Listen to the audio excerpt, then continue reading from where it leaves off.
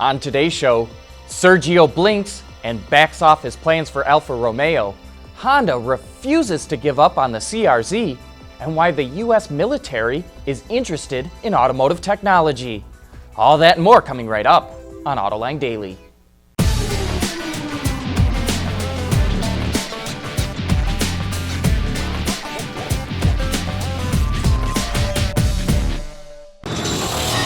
This is Autoline Daily for November 2nd of 2015. Despite dismal sales, Honda is not giving up on its little wedge-shaped hybrid, the CRZ. It's hard to tell the old model from the new, but the biggest difference appears to be larger, more angular front fog lights. It also gets a new set of 5-spoked wheels, a new center console with armrest, and a 7-inch touchscreen is now standard on all models. The front stabilizer bar is slightly larger, the rear track has been increased, and both front and rear disc brakes were enlarged. The real question is, are any of these improvements even worth it? In the US market, Honda has only sold a paltry 2,200 CRZs so far this year, and that's down 25% from last year. And speaking of Honda, it's recalling a handful of 2016 CR-Vs in the US, equipped with those exploding Takata airbags. While most models affected by the defective airbags have been older vehicles, clearly this is an ongoing problem. But luckily for Honda, it caught the problem early. Only 515 CR-Vs are being recalled, and only 30 of them were sold to customers. Still to come, is Kia teasing us or testing us? Autoline Daily is brought to you by Bridgestone Tires, your journey, our passion. Dow Automotive Systems, breakthrough technologies for lightweight vehicles. And by Pure Michigan, leading the automotive world in intelligent connected vehicles. We run on brain power. Automakers try to outdo each other with wild concept cars for the SEMA show, but this one really caught our eye. Kia revealed this convertible version of the Optima, and it's even got suicide doors. Can they be serious? Are they really test marketing this concept? What do you think? Should Kia come out with a convertible version of the Optima? Let us know what you think in the comments section below. Ever wonder what it's like to ride shotgun in a world rally car during actual competition? Well, there's an app for that. Subaru launched its Subaru Motorsports app back in 2014, which allowed users a 360-degree view from atop its WRX STI rally car. Now it's expanding the app to include a view down into the cab of the car. Without being in the car yourself, this is the best way to get an idea of the kind of work driver and spotter go through during a race. If you don't want to download the app for your Apple or Android device, then you can watch the video on YouTube or Facebook.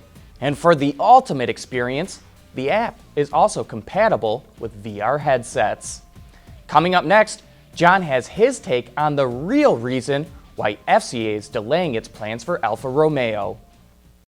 For the people at Dow, racing is a sport and a science.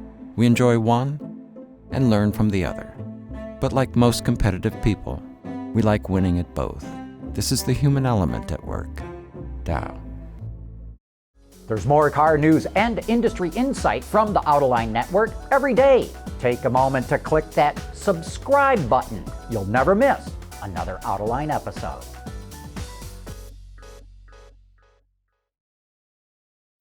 Say, did we just see Sergio Marchionne blink? He's backing off his big plans for Alfa Romeo. Sergio says that China's crackdown on imported luxury cars means that Alfa will not be able to meet its sales targets. Of course, no one in the analyst community ever believed that Alfa could hit that target.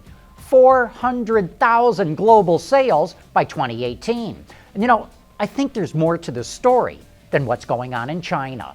Earlier this year, suppliers reported that FCA was delaying the introduction of 12 models, including a new Ram pickup and a Jeep Wrangler, with that money going instead to Alfa Romeo. But FCA makes almost all of its profits from Ram and Jeep models. Delaying those profit producers was a risky strategy. Moreover, those brands need more models. like the Jeep Grand Wagoneer and a new SUV built off the Ram pickup that could compete with the Chevrolet Suburban.